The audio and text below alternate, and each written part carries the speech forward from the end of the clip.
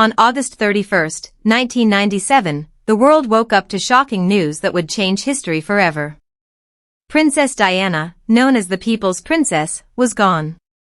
But what really happened during her final 24 hours? From luxury hotels to a desperate attempt to escape the paparazzi, the last day of her life remains filled with heartbreaking moments, unanswered questions, and details that many people have never heard. Today, we'll take you through her final hours, minute by minute. Welcome to Royal Legacy, where we uncover the untold stories behind royalty, history, and the world's most fascinating lives. If you enjoy powerful true stories and historical documentaries, make sure to subscribe and turn on notifications so you never miss a new video. Now, let's go back to Princess Diana's final 24 hours and discover what really happened. Just weeks earlier, Diana had celebrated her 36th birthday. Although she was no longer officially part of the British royal family after her divorce from King Charles, then Prince Charles, she remained one of the most recognizable and beloved public figures in the world. Free from many royal duties, she devoted more of her time to humanitarian causes, supporting campaigns against landmines, raising awareness about HIV and AIDS, and visiting hospitals where her kindness left lasting impressions. Her popularity stretched far beyond Britain. To millions of people, she wasn't simply a princess, she was the people's princess. In late August 1997, Diana was spending time in the Mediterranean with Dodi Fayed, the son of Egyptian businessman Mohammed Al Fayed. Their relationship had become the focus of intense media attention. Every move they made attracted photographers hoping to capture exclusive images. Newspapers across Europe competed fiercely for photographs of the couple, creating an atmosphere where privacy became almost impossible. On the afternoon of August 30th, Diana and Dodi arrived in Paris after flying from Sardinia. Their destination was the Ritz Hotel, a luxury landmark owned by Dodi's father. Even before they reached the hotel, photographers had gathered outside, waiting for a glimpse of the world's most famous woman. Despite the attention, witnesses described Diana as calm and composed. She greeted staff politely and spent part of the afternoon relaxing inside the hotel. For someone constantly surrounded by cameras, these quiet moments were rare. She spoke with people close to her, enjoyed some time away from the crowds, and appeared to be looking forward to a peaceful evening. But outside, the situation was very different. More photographers continued arriving. Motorcycles waited near the hotel entrance. News agencies knew that any image of Diana could become tomorrow's front-page headline. The competition for photographs was relentless, and everyone wanted to be the one who captured the next exclusive shot. As evening approached, Diana and Dodi decided to leave the hotel for dinner. Their first destination was an apartment connected to the Fayed family before they later returned to the Ritz. Throughout the evening, photographers continued following them through the streets of Paris. Inside the hotel later that night, discussions reportedly focused on how to leave without attracting the growing crowd outside. Hotel staff and security considered different options to reduce the attention.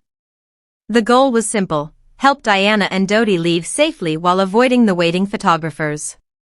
Shortly after midnight on August 31st, they exited through a rear entrance of the Ritz Hotel. They entered a black Mercedes accompanied by security personnel. Another vehicle reportedly left the front entrance to distract the photographers, while the Mercedes carrying Diana departed from the back. For a brief moment, it seemed the plan had worked. But it didn't take long before photographers noticed the car leaving. Several motorcycles and vehicles began following it through the streets of Paris. What happened over the next few minutes has been investigated extensively for decades. The Mercedes traveled through central Paris before approaching the Pont de l'Alma tunnel.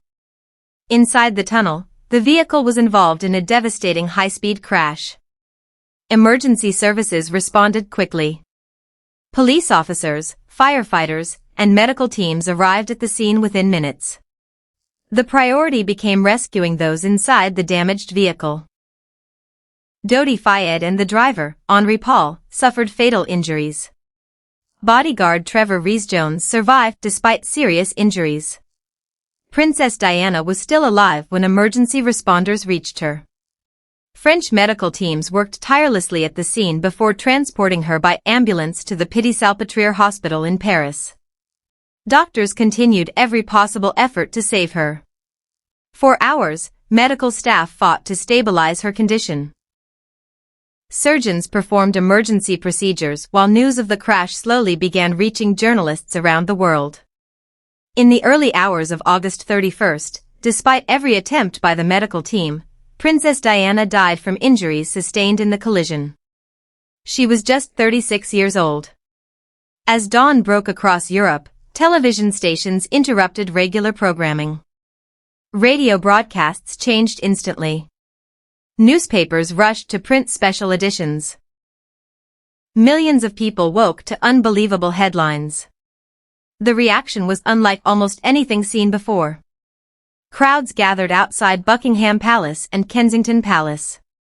People arrived carrying flowers, candles, handwritten letters, and photographs. Within days, millions of bouquets covered the entrances to royal residences, creating seas of color that stretched for blocks. Across Britain, many openly wept. Around the world, leaders expressed condolences. Charities Diana had supported received messages from people inspired by her work. For many, it felt as though they had lost someone they personally knew. Part of that extraordinary connection came from the way Diana treated people. She famously shook hands with AIDS patients during a time when fear and misunderstanding surrounded the disease. She visited children in hospitals without seeking publicity. She walked through active minefields in protective equipment to highlight the dangers civilians faced after war. Those images transformed public awareness and influenced international discussions about humanitarian issues. Even people who had never met her felt they understood her compassion. Following the tragedy, official investigations examined the circumstances surrounding the crash. The findings concluded that multiple factors contributed to the collision, including the driver's impairment and excessive speed. Investigators also noted that pursuing photographers were present, though years of inquiries found no evidence supporting many of the conspiracy theories that later circulated. Despite that, public fascination with Diana's final hours has never disappeared. Perhaps that is because her story feels unfinished. She had spoken about focusing on charitable work. She remained deeply devoted to her sons, Prince William and Prince Harry. Friends described her as someone looking ahead to a new chapter in life. Many people continue wondering what she might have accomplished had she lived longer. Today, her influence can still be seen around the world. The charities she supported continue their work. Her sons frequently speak about preserving her legacy of compassion and service. Younger generations, born long after 1997, continue discovering her story through documentaries, books, photographs, and interviews. The final 24 hours of Princess Diana's life will always be remembered, not simply because they ended in tragedy, but because they marked the loss of someone who transformed the role of a modern princess. She showed that empathy could be more powerful than ceremony, that kindness could reach across cultures, and that genuine human connection could leave a legacy stronger than any royal title. History remembers many queens, kings, and rulers.